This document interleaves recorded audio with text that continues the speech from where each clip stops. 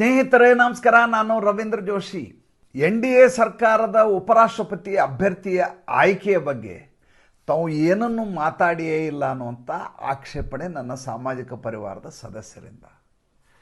ಎಲ್ಲವನ್ನೂ ಗಮನಿಸಿರ್ತೀವಿ, ಎಲ್ಲವನ್ನೂ ಗ್ರಹಿಸಿರ್ತೀವಿ. ಬಹಳಷ್ಟು ವಿಷಯಗಳನ್ನು ಮಾತಾಡಲಿಕ್ಕೆ ಅವಕಾಶವೇ ಆಗುವುದಿಲ್ಲ, ತಮಗೆಲ್ಲ ಗೊತ್ತಿರುವಂಥ ವಿಚಾರ. ಆದರೆ ಈ CP ರಾಧಾಕೃಷ್ಣನ್ ಅವ್ರ ಬಗ್ಗೆ ಮಾತಾಡದೆ ಹೋದರೆ ಭಾಳ ದೊಡ್ಡ ಅಪಚಾರ ಆಗಿಬಿಡುತ್ತೆ ಅಂತ ನನಗನ್ನಿಸ್ತದೆ. ಒಬ್ಬ ಮನುಷ್ಯ ಸರಳ ಅಂದರೆ ಹೆಂಗಿರಬೇಕು ಅನ್ನೋದಕ್ಕೆ ಅನ್ವರ್ಥವಾಗಿ ನಿಲ್ಲುವಂಥ ವ್ಯಕ್ತಿ ಈ CP ರಾಧಾಕೃಷ್ಣನ್. ಭಾಳ ದೊಡ್ಡ ಮಟ್ಟದಲ್ಲಿ ತನ್ನನ್ನು ತಾನು ಯಾವತ್ತೂ ರಾಜಕಾರಣದಲ್ಲಿ ಬಿಂಬಿಸ್ಕೊಂಡಂಥ ಮನುಷ್ಯ ಅಲ್ಲ. ಅಧಿಕಾರಕ್ಕಾಗಿ ಹುದ್ದೆಗಾಗಿ ಯಾವತ್ತೂ ಹಪಹಪಿ ಮಾಡಿದಂಥ ಮನುಷ್ಯ ಅಲ್ಲ. ಬಂದಿರುವಂಥ ಭೂಮಿ ಪಕ್ಕಾ ದ್ರಾವಿಡರ ಇನ್ನಿಲ್ಲದ ಹಾಗೆ ಉಪಟಳದ ಮಧ್ಯೆ ರಾಜಕಾರಣ ಮಾಡ್ಕೊಂಡು ಬಂದಿರುವಂಥ ಮನುಷ್ಯ. ತಮಿಳುನಾಡಿನಿಂದ ಬಂದಿರುವಂಥ ಮನುಷ್ಯ. 16ನೇ ವಯಸ್ಸಿಗೆ ರಾಷ್ಟ್ರೀಯ ಸ್ವಯಂ ಸೇವಕ ಸಂಘದಲ್ಲಿ ಸೇರಿಕೊಂಡು ನಿರಂತರವಾಗಿ RSSನ ಸ್ವಯಂ ಸೇವಕನಾಗಿ ತನ್ನ ಜೀವನವನ್ನು ರಾಷ್ಟ್ರಕ್ಕಾಗಿ ಮುಡಿಪಾಗಿಟ್ಟಂಥ ಮನುಷ್ಯ. 2 ಸಲ ಸಂಸತ್ ಸದಸ್ಯನಾಗಿದ್ದಂಥ ಮನುಷ್ಯ. ಮತ್ತು ಎಲ್ಲಿ ಭಾರತೀಯ ಜನತಾ ಪಾರ್ಟಿಯ ಅಸ್ತಿತ್ವವೇ ಇಲ್ಲವೋ ಅಂಥ ತಮಿಳುನಾಡಿನಲ್ಲಿ ಭಾರತೀಯ ಜನತಾ ಪಾರ್ಟಿಯ ರಾಜ್ಯ ಅಧ್ಯಕ್ಷನಾಗಿ ಸೇವೆ ಸಲ್ಲಿಸಿರುವ ವ್ಯಕ್ತಿ. ಅಂದರೆ ಒಬ್ಬ ವ್ಯಕ್ತಿ ಅಂಥ ಉನ್ನತ ಹುದ್ದೆಗೆ, ಘನತೆಯ ಹುದ್ದೆಗೆ ಹೋಗಬೇಕಾದ ಸಂದರ್ಭದಲ್ಲಿ ಈ ದೇಶದ, ಈ ನೆಲದ ಸಂಸ್ಕಾರ, ಈ ನೆಲದ ಸಂಸ್ಕೃತಿ ಅದನ್ನು ಮೈಗೂಡಿಸಿಕೊಂಡಿರುವಂಥ ವ್ಯಕ್ತಿ ಆಗಿರಬೇಕು. ಎರಡನೇದ್ದು, ಆತನ ಉದ್ದೇಶವೇ ರಾಷ್ಟ್ರಹಿತ ಆಗಿರಬೇಕು. ತಾನು ಕೂತ ಕುರ್ಚಿಗೆ ಘನತೆಯನ್ನು ತಂದುಕೊಡುವಂಥ ವ್ಯಕ್ತಿ ಆಗಿರಬೇಕು. ಯಾವಾಗಲೂ ಆಯ್ಕೆ ಹಾಗಿರಬೇಕು. ಕಳೆದ ಬಾರಿ ಜಗದೀಪ್ ಧನ್ಕಡ್ ಬಗ್ಗೆನೂ ನಾವು ಹಾಗೆ ಅಂದ್ಕೊಂಡಿದ್ವಿ. ನನಗೆ ಜಗದೀಪ್ ಧನ್ಕಡ್ ಬಗ್ಗೆ ಇನ್ನಿಲ್ಲದ ಹಾಗೆ ವ್ಯಾಮೋಹ ಯಾಕೆ ಅಂತಂದರೆ, ಈ ಮನುಷ್ಯ ಪಶ್ಚಿಮ ಬಂಗಾಳದಲ್ಲಿ ಮಮತಾ ಬೇಗಂ ಅವರ ಉಪಟಳದ ಮಧ್ಯೆ ಹೋರಾಟ ಮಾಡಿ ಹಿಂದೂಗಳ ಕುಟುಂಬ ಎಲ್ಲೆಲ್ಲಿ ಬೆಂಕಿ ಹಚ್ಚಿದಾರೋ, ಎಲ್ಲಿ ಅತ್ಯಾಚಾರ ಮಾಡಿದಾರೋ ಅದನ್ನು ಗ್ರೌಂಡ್ ಝೀರೋದಲ್ಲಿ ಹೋಗಿ ಅವರಿಗೆ ಸಾಂತ್ವನ ಹೇಳಿ ಬಂದಿರುವಂಥ ಮನುಷ್ಯ ಈತ. ಯಾವತ್ತೂ ಯಾರಿಗೂ ಬಗ್ಗೋದಿಲ್ಲ, ಜಗ್ಗೋದಿಲ್ಲ. ಪಕ್ಕ ಜಾಟ್ ಸಂಸ್ಕೃತಿಯನ್ನು ಮೈಗೂಡಿಸ್ಕೊಂಡಿದ್ದಾರೆ. ಬರೋಬ್ಬರಿ ವಿಪಕ್ಷದವರಿಗೆ ಚಳ್ಳೆ ಹಣ್ಣು ತಿನ್ನಿಸ್ತಾರೆ ಸಂದರ್ಭ ಬಂದರೆ. ಸರಿಯಾದ ಹುದ್ದೆಯಲ್ಲಿ ಕೂತಿದ್ದಾರೆ. ಏಕೆಂದರೆ ರಾಜ್ಯಸಭೆಯಲ್ಲಿ ಇವರು ಉಪಟಳವನ್ನು ಸಹಿಸಲಿಕ್ಕಾಗೋದಿಲ್ಲ. ಎಷ್ಟೋ ಸಲ ಲೋಕಸಭೆಯಲ್ಲಿ ನೋಡ್ಕೊಳ್ಳಿಕ್ಕೆ ಜನ ಇದ್ದಾರೆ ಬಿಡಿ, ಬೇಕಾಷ್ಟು ಜನ ಇದ್ದಾರೆ. ರಾಜ್ಯಸಭೆಯನ್ನು ನಿರ್ವಹಿಸುವ ಕೆಲಸ ಇದೆಯಲ್ಲ, ಅಲ್ಲಿ ಮಲ್ಲಿಕಾರ್ಜುನ ಮುತ್ಯ ಥರದವ್ರು ಹೇಗೆ ಬೇಕಾದರೂ ಹಾಗೆ ಬದಲಾವಣೆ ಆಗ್ತಿರ್ತಾರೆ. ಜಯಾ ಬಚ್ಚನ್ ಅಂತವ್ರು ಇರ್ತಾರೆ. ಅಲ್ಲಿ ಬರೋಬ್ಬರಿ ಖದರ್ ತೋರಿಸುವಂಥ ಮನುಷ್ಯ ಆಗಬೇಕು ಅಂತ ಜಗದೀಪ್ ಧನ್ಕಡ್ ಯೋಗ್ಯ ವ್ಯಕ್ತಿ ಅಂದ್ಕೊಂಡಿದ್ದೆ ನಾನು. ಜೊತೆಗೆ ಸುಪ್ರೀಂ ಕೋರ್ಟ್ನ ಸೀನಿಯರ್ ಅಡ್ವೊಕೇಟ್ ಬೇರೆ ಆಗಿದ್ದವರು. ಭಾರತೀಯ ಜನತಾ ಪಾರ್ಟಿ ಹಿನ್ನೆಲೆಯಿಂದ ಬಂದವರಲ್ಲ. RSSನ ಬೇಸ್ ಇಲ್ಲ.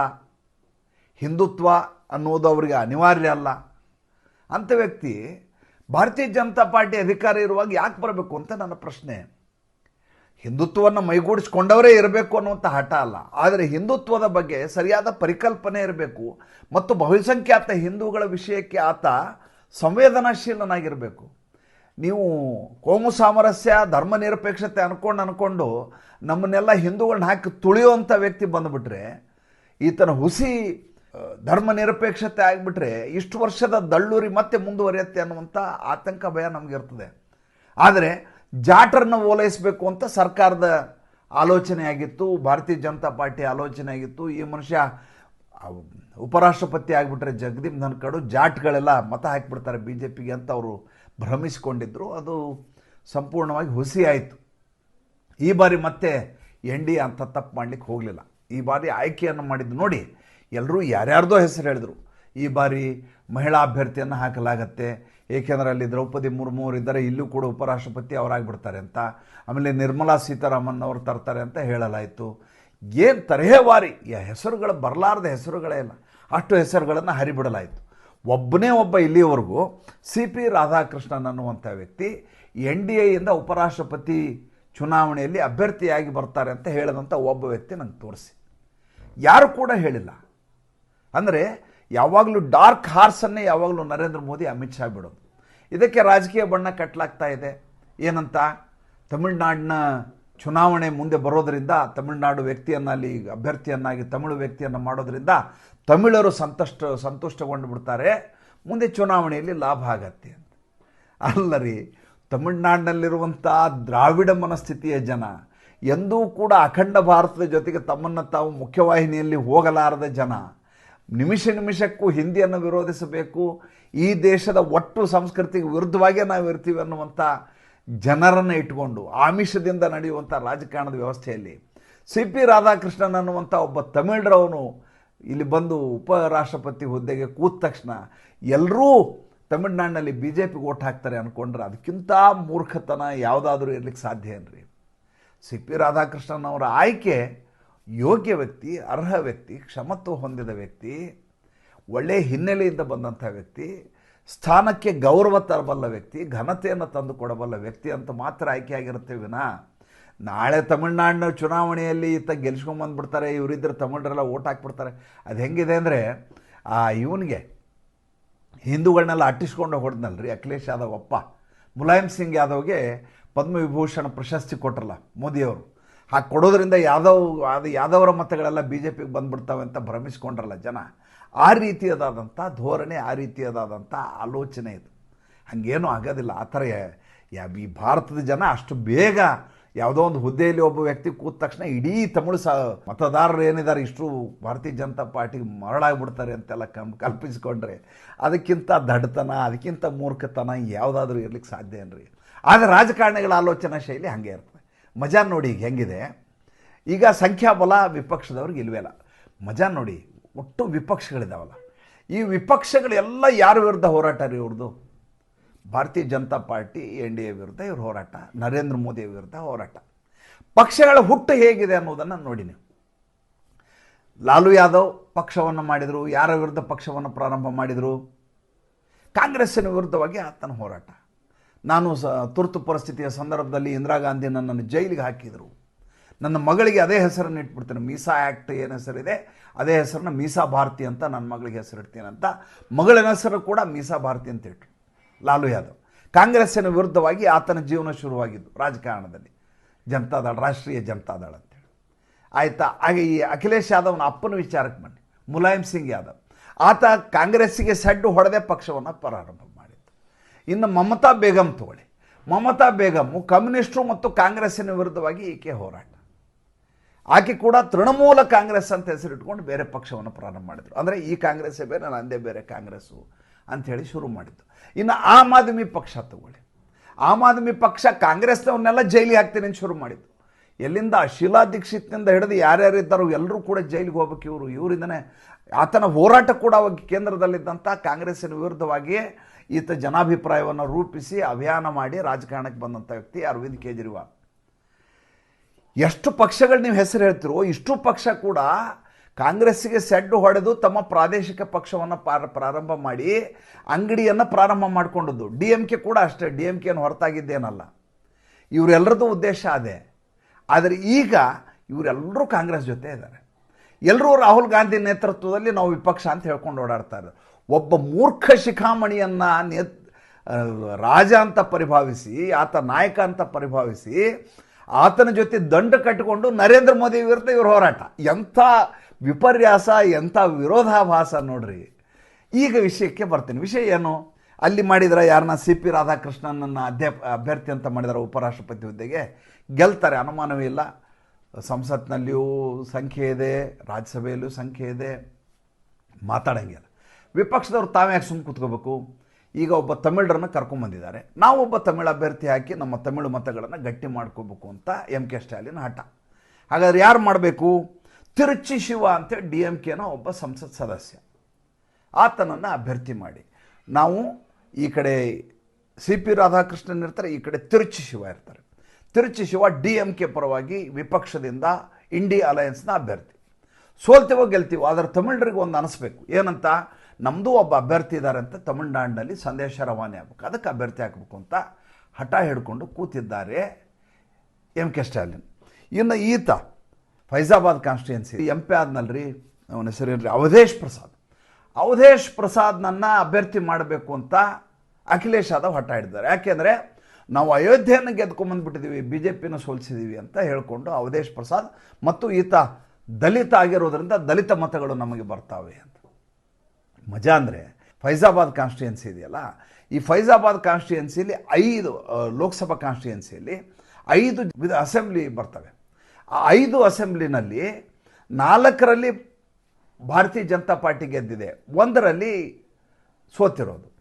ಅಯೋಧ್ಯೆ ಏನು ಅಸೆಂಬ್ಲಿ ಕಾನ್ಸ್ಟಿಟ್ಯೂಯೆನ್ಸಿ ಇದೆ, ಈ ಅಯೋಧ್ಯೆ ಅಸೆಂಬ್ಲಿ ಕಾನ್ಸ್ಟಿಟ್ಯೂಯೆನ್ಸಿ ಕೂಡ ಬಿ ಜೆ ಪಿನೇ ಗೆದ್ದಿರೋದು ಆ ಸಂದರ್ಭದಲ್ಲಿ. ಆದರೆ ಇವರೆಲ್ಲ ಬಿಂಬಿಸ್ತಾ ಇರೋದು ಹೇಗೆ ಅಂದರೆ, ಅಯೋಧ್ಯೆಯಲ್ಲಿ ನಾವು ಸೋಲಿಸಿದ್ದೇವೆ ಭಾರತೀಯ ಜನತಾ ಪಾರ್ಟಿನ, ಹಿಂದುತ್ವದ ವಿರುದ್ಧವಾಗಿ ನಾವು ಅಯೋಧ್ಯೆಯಲ್ಲಿ ಗೆದ್ಕೊಂಡ್ಬಂದೀವಿ ಅಂತ ರಾಹುಲ್ ಗಾಂಧಿ ಮತ್ತು ಅಖಿಲೇಶ್ ಯಾದವ್ ಭಾಷಣ ಮಾಡ್ತಾ, ಅಕ್ಕಪಕ್ಕದಲ್ಲಿ ಆ ಕಡೆ ಕರ್ನಾಟಕ ದಮನಕನ್ ರೀತಿಯಲ್ಲಿ ಕೂತ್ಕೊಂಡು ಮಧ್ಯೆ ಅವಧೇಶ್ ಪ್ರಸಾದನ ಕೂಡ್ಸ್ಕೊಂಡು ಇವರು ಎಲ್ಲ ಕಡೆ ಮೆರವಣಿಗೆ ಮಾಡ್ಕೊಂಡು ಓಡಾಡಿದ್ರು ಚುನಾವಣೆ ಸಂದರ್ಭದಲ್ಲಿ. ಮುಂಚೆ ಫೈಜಾಬಾದ್ ಡಿಸ್ಟ್ರಿಕ್ಟ್ ಅಂತ ಇದ್ದದ್ದು ಅದು ಅಯೋಧ್ಯೆಗೆ. ಅಯೋಧ್ಯೆ ಅಂತ ಹೆಸರು ಬಂದದ್ದೇ ಆಮೇಲೆ, ಅವಧ್ ಪ್ರಾಂತ್ಯ ಅಂತ ಅದರ ಹೆಸರು, ಅವಧ ಅಂತ. ಭಾಷೆನೂ ಅವಧಿ ಭಾಷೆ ಮಾತಾಡೋದಲ್ಲಿ ಹಲವಾರು ಬಾರಿ ಹೋಗಿರುವಂಥ ಮನುಷ್ಯ, ನಾವು ಹೋಗಿ ಬಂದಿರೋ ಮನುಷ್ಯ. ಅಲ್ಲಿ ಒಂದು ಸಣ್ಣ ಎಡವಟ್ಟನ್ನು ಅಲ್ಲಿ ಅಭ್ಯರ್ಥಿ ಬಿ ಜೆ ಪಿ ಅಭ್ಯರ್ಥಿ ಮಾಡ್ಕೊಂಡ್ರಿಂದ ಇಷ್ಟೆಲ್ಲ ಆಯಿತು. ಆತ ಹೇಳ್ದ 400 ಸೀಟ್ ಬಂದರೆ ಏನು ಮಾಡ್ತೀರಿ ಅಂತ ಕೇಳಿದ್ರು ಮಾಧ್ಯಮದವರು. ಆತ ಹೇಳ್ದ ನಾವು ಸಂವಿಧಾನವನ್ನೇ ಬದಲಿ ಮಾಡ್ತೀವಿ ಅಂತ ಹೇಳ್ಬಿಟ್ಟ. ಏನು ಇವನೇ ಪ್ರೈಮ್ ಮಿನಿಸ್ಟರ್ ಆಗ್ಬಿಡ್ತಾನೆ, ಇವನೇ ಬಂದು ಸಂವಿಧಾನ ಪುಸ್ತಕವನ್ನು ಬದಲಿಸುವ ರೀತಿಯಲ್ಲಿ ನೋಡಿ ಹರಿಬಿಟ್ಟು ಮಾತನಾಡಿದಾಗ ಎಂಥ ಎಡವಟ್ಟಾಗ್ತವೆ ಅನ್ನೋದಕ್ಕೆ ಅದು ಒಂದು ಸಣ್ಣ ಸಾಕ್ಷಿ ಸಾಕು ನಿಮಗೆ. ಈಗ ಅವನನ್ನು ಅವಧೇಶ್ ಪ್ರಸಾದ್ನನ್ನು ಉಪರಾಷ್ಟ್ರಪತಿ ಹುದ್ದೆಗೆ ಅಭ್ಯರ್ಥಿಯನ್ನಾಗಿ ಮಾಡಬೇಕಂತ ಅಖಿಲೇಶ್ ಯಾದವ್ ಹಠ ಹಿಡ್ತಾರೆ. ಇವತ್ತು ಸಭೆ ನಡೀತಾ ಇದೆ, ನಾನು ವಿಡಿಯೋ ಮಾಡುವ ಸಂದರ್ಭದಲ್ಲಿ. ಯಾರು ಅಭ್ಯರ್ಥಿ ಆಗ್ತಾರೋ ಗೊತ್ತಿಲ್ಲ, ನಿಂತವರೆಲ್ಲ ಸೋಲ್ತಾರೆ, ಅದರ ಬಗ್ಗೆ ಅನುಮಾನ ಬೇಡ. ಹೇಗೆ ಅಜೆಂಡಾಗಳನ್ನು ಬಳಸ್ಕೊತಾರೆ ಅನ್ನೋದನ್ನು ಅರ್ಥ ಮಾಡ್ಕೊಳ್ಳಿ.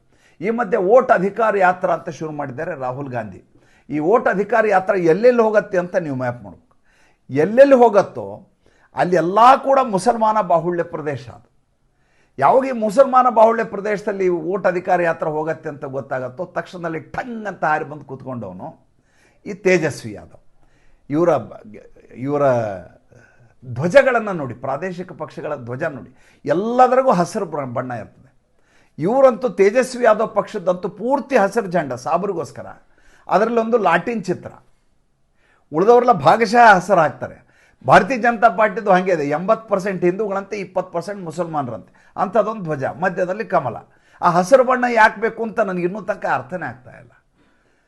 ಇನ್ನು ಆಮ್ ಆದ್ಮಿ ಪಕ್ಷದ್ದು ಧ್ವಜ ನೋಡಿ, ಅದರಲ್ಲಿ ನೀಲಿ ಮತ್ತು ಹಳದಿ. ಇವ್ರು ಯಾಕೆ ನೀಲಿ ಹಳದಿ ಹಾಕಿದ್ರು ಅಂತ ನಿಮ್ಗೆ ಅಚ್ಚರಿ ಆಗ್ಬೋದು. ಖಲಿಸ್ತಾನಿ ಧ್ವಜ ನೀಲಿ ಮತ್ತು ಹಳದಿ ಬಣ್ಣ ಇರೋದು. ಪಂಜಾಬದಲ್ಲಿ ಮುಂದೆ ಗೆಲ್ಲಬೇಕು ಅನ್ನುವಂಥ ಲೆಕ್ಕಾಚಾರ ಇಟ್ಕೊಂಡಂಥ ಅರವಿಂದ್ ಕೇಜ್ರಿವಾಲ್, ದಿಲ್ಲಿ ನಮಗೆ ಪೂರ್ಣ ದರ್ಜೆ ರಾಜ್ಯ ಸಿಗೋದಿಲ್ಲ, ಪಂಜಾಬನ್ನು ಬಿಡಬಾರ್ದು ಅಂತ 1ನೇ ದಿವಸದಿಂದ ಆತನ ಲೆಕ್ಕಾಚಾರ. ಅದಕ್ಕೆ ಖಲಿಸ್ತಾನಿ ಧ್ವಜದ ಬಣ್ಣವನ್ನು ಈತ ತನ್ನ ಆಮ್ ಆದ್ಮಿ ಪಕ್ಷಕ್ಕೆ ಒಂದು ಕಸ್ಬರ್ಗಿ ಚಿತ್ರ, ಹಳದಿ ನೀಲಿ ಬಣ್ಣ, ಖಲಿಸ್ತಾನಿ ಧ್ವಜದ ಬಣ್ಣ. ಇವರೆಲ್ಲರ ಹಿಡನ್ ಅಜೆಂಡಾ ಮುಸಲ್ಮಾನರ ಓಲೈಕೆ ಮಾಡಬೇಕು, ಇಲ್ಲ ಉಗ್ರರ ಓಲೈಕೆ ಮಾಡಬೇಕು, ಖಲಿಸ್ತಾನಿಗಳು ಓಲೈಕೆ ಮಾಡಬೇಕು. ದೇಶದ ಬಗ್ಗೆ ಇವ್ರು ಯಾರಿಗೂ ಕಳಕಳಿ ಇಲ್ಲ ಅನ್ನೋದು ಇವ್ರ ಧ್ವಜ ನೋಡಿದರೆ ಗೊತ್ತಾಗೋಗ್ಬಿಡುತ್ತೆ. ಈ ವೋಟ್ ಅಧಿಕಾರ ಯಾತ್ರಾದಲ್ಲಿ ಈತ ತೇಜಸ್ವಿ ಯಾದವ್ ಸ್ಟೇರಿಂಗ್ ಇಟ್ಕೊಂಡು ರಾಹುಲ್ ಗಾಂಧಿ ಜೊತೆ ಹೋಗ್ತಾರೆ. ಏನು ಡ್ರೈವರ್ ಕೆಲಸ ಮಾಡ್ತಾ ಇದ್ದಾನಲ್ಲ ಅಂತ ಅನ್ಕೋಬೇಕು ನೀವು ತೇಜಸ್ವಿ ಯಾದವ್ಗೆ. ತೇಜಸ್ವಿ ಯಾದವ್ ಹೋಗ್ತಾ ಇರೋದು ಯಾಕೆ ಅಂದರೆ, ಮುಸಲ್ಮಾನ ಏರಿಯಾದಲ್ಲಿ ಇವರ ಪ್ರವಾಸ ನಡೀತಾ ಇದೆ, ಬಿಟ್ಬಿಡಬಾರ್ದು ಇವ್ರ ಮೇಲೆ ಅನ್ನೋ ಕಾರಣಕ್ಕೆ ಜೊತೆಗೆ ಹೋಗ್ತಾ ಇರೋದು. ಬಿಹಾರದಲ್ಲಿ ಸ್ಟೇರಿಂಗ್ ಯಾಕೆ ಹಿಡ್ಕೊಂಡೆ ಅಂತ ಯಾರೋ ಕೇಳ್ತಾರೆ. ಕೇಳಿದ್ರೆ ಏನಂತ ಉತ್ತರ ಹೇಳಿರ್ಬೋದಿತ್ತ? ಈತ ಹೇಳ್ತಾರೆ, ಮುನ್ನಡೆಸುವ ಕೆಲಸ ಬಿಹಾರದಲ್ಲಿ ನಂದು, ಅದಕ್ಕೋಸ್ಕರ ಸ್ಟೇರಿಂಗ್ ನಾನೇ ಹಿಡ್ಕೊಂಡಿದ್ದೀನಿ. ಸುಮ್ಮನೆ ರಾಹುಲ್ ಗಾಂಧಿ ಎದುರುಗಡೆ ಕೂತಿರ್ಬೇಕಷ್ಟೇ, ಪಕ್ಷ ಬರೋದು ನಮ್ಮ RJD ಪಕ್ಷನೇ ಅಂತ ಆತ ಹೇಳ್ತಾರೆ.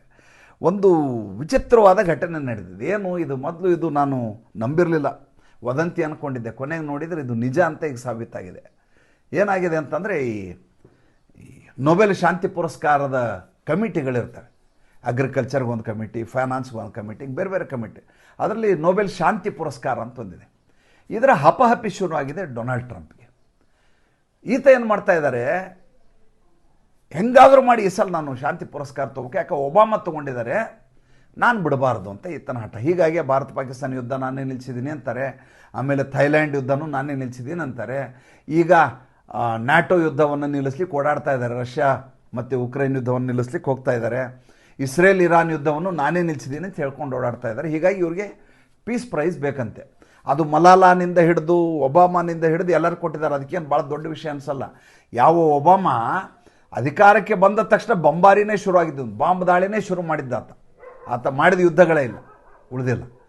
ಅಂಥವನಿಗೆ ಶಾಂತಿ ಪುರಸ್ಕಾರ ಆತ ಪ್ರೆಸಿಡೆಂಟ್ ಆದ ತಕ್ಷಣ ತೀರ್ಮಾನ ಆಗೋಗಿತ್ತು. ಇವನಿಗೀಗ ಹಪಾಪಿ ಶುರು ಆಗಿದೆ ಡೊನಾಲ್ಡ್ ಟ್ರಂಪ್. ಅದನ್ನು ಇದಕ್ಕೊಂದು ಕಮಿಟಿ ಇದೆ ನೊಬೆಲ್ ಶಾಂತಿ ಪುರಸ್ಕಾರಕ್ಕೆ. ನಾರ್ವೆ ಫೈನಾನ್ಸ್ ಮಿನಿಸ್ಟರ್ ಕೂಡ ಈ ಕಮಿಟಿನಲ್ಲಿದ್ದಾರೆ. ಸಂಸತ್ ಸದಸ್ಯರು, ಬೇರೆ ಬೇರೆ ಹಿರಿಯ ವರಿಷ್ಠರು ಯಾರ್ಯಾರು ಸೇರ್ಕೊಂಡು ಒಂದು ಕಮಿಟಿ ಮಾಡಿರ್ತಾರೆ. ವಾಕಿಂಗ್ ಹೋಗ್ತಾ ಇದ್ದಂತೆ ನಾರ್ವೆದ ಫೈನಾನ್ಸ್ ಮಿನಿಸ್ಟ್ರು. ಇದಕ್ಕಿದ್ದ ಹಾಗೆ ಒಂದು ಫೋನ್ ಬರುತ್ತೆ. ಯಾವಾಗಲೂ ದೊಡ್ಡ ದೊಡ್ಡ ರಾಜತಾಂತ್ರಿಕರು ಫೋನ್ ಮಾಡುವಾಗ ಅವರ ಕಚೇರಿಯಲ್ಲಿ ಕೂತಾಗ ಅದ್ರ ಬಗ್ಗೆ ಚರ್ಚೆ ಆಗುತ್ತೆ, ಫೋನ್ಗಳು ಬರ್ತವೆ, ಫೋನನ್ನು ರೆಕಾರ್ಡ್ ಮಾಡಲಾಗುತ್ತೆ. ಅವರು ಬೇರೆ ಭಾಷೆಯಲ್ಲಿ ಮಾತಾಡಿದರೆ ಅದನ್ನು ದುಭಾಷಿ ಒಬ್ಬ ಅದನ್ನ ಟ್ರಾನ್ಸ್ಲೇಟ್ ಮಾಡಿ ಹೇಳ್ತಾನೆ.